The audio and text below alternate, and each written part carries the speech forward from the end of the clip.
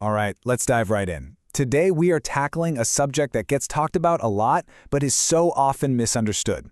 Obsessive compulsive disorder, or OCD. We're going to peel back the layers and get past all the casual jokes you hear about being a little OCD, so we can really understand what this condition is, how it works, and most importantly, how people find their way through it. And we're starting with this because it really gets to the very heart of both the struggle and the hope. You are not your thoughts, and you don't have to live in fear of them. Just let that sink in for a second. For someone in the thick of OCD, this idea is an absolute lifeline, and it's the core concept we're going to unpack today. So to really get what that powerful quote means in practice, we have to start by clearing away some of the clutter, all the common myths that float around about OCD. Before we can really talk about what it is, we have to be super clear on what it isn't. This comparison just lays it all out, doesn't it? On one side, you've got the common misconception, treating OCD like it's just a personality quirk, someone who likes a really neat desk. But the clinical reality couldn't be more different. It's this deeply distressing, exhausting cycle of unwanted thoughts and rituals that can completely take over a person's life.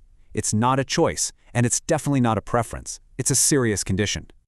So let's look at the actual clinical definition. It really boils down to two key parts. First, you have the obsessions. These are those unwanted, intrusive thoughts that pop into your head and create a huge wave of anxiety.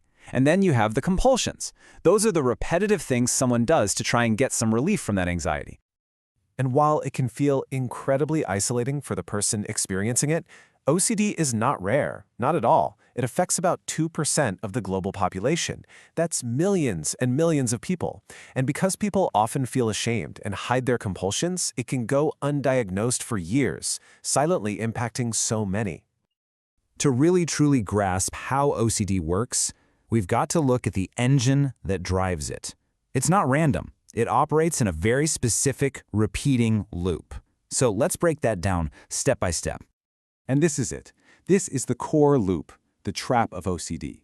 It starts with an obsession. That intrusive thought just appears and boom, your anxiety skyrockets. To cope with that awful feeling, you perform a compulsion.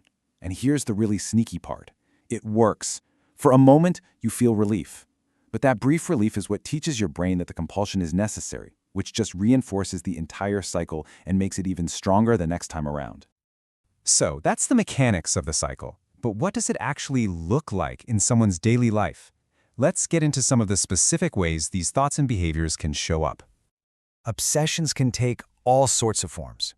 It might be a constant fear about germs or contamination, or maybe persistent, terrifying worries about causing harm to someone you love. It can even be a distressing, overwhelming need for things to be perfectly ordered or symmetrical. The key thing they all have in common is that these thoughts are completely unwanted and feel totally out of the person's control. And almost every obsession has a compulsion that goes with it. So if the obsession is contamination, the compulsion might be washing your hands until they're raw. If it's a fear of causing a fire, it could be checking the stove dozens of times before you can leave the house. These aren't just habits.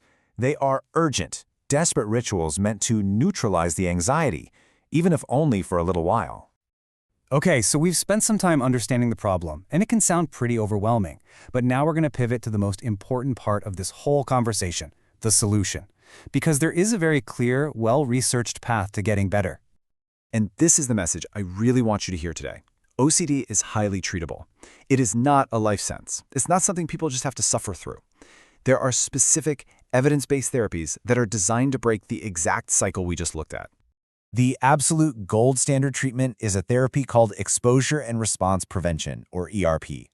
The logic behind it is actually simple, but it is incredibly powerful. It's about gradually facing the thoughts and situations that trigger your anxiety. That's the exposure part. But then, and this is the game changer, you actively choose not to do the compulsion. That's the response prevention. Over time, this literally retrains your brain to realize the feared disaster doesn't happen, and the anxiety eventually fades all on its own. Now, ERP is often the main event, but it's supported by other amazing tools. Therapies like CBT can help challenge the distorted beliefs that fuel the OCD in the first place, while mindfulness and ACT help people change their whole relationship with their thoughts, learning how to observe them without getting tangled up in them. Of course, the thought of starting therapy, especially something that sounds as intense as ERP, can bring up a lot of questions and, frankly, a lot of fears. So let's just address some of the most common ones head-on. This is a huge one. So many people worry that their intrusive thoughts are just too weird, too taboo, or too horrifying to share with another human being, even a therapist. And the answer to that is a firm, absolute no. A therapist trained in OCD has heard it all, I promise. They are specifically trained to handle this kind of content with professionalism, with care, and with zero judgment. The therapy room is designed from the ground up to be a completely safe space for these exact fears. Okay, another really common concern is about the treatment itself. The whole idea of facing your fears can sound pretty intimidating, and people naturally wonder if it's just going to be too much to handle.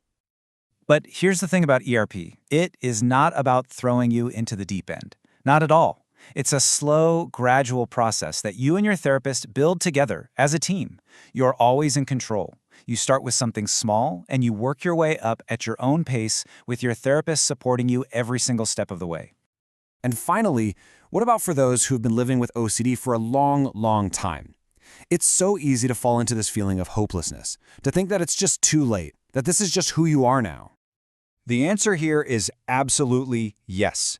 It is never, ever too late. So many people who have struggled for years, even decades, find incredible, life-changing relief through therapy.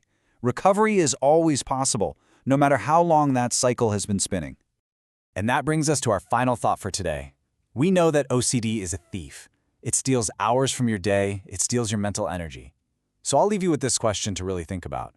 If you could reclaim all those hours, all that energy that OCD takes from you, what would you do with it?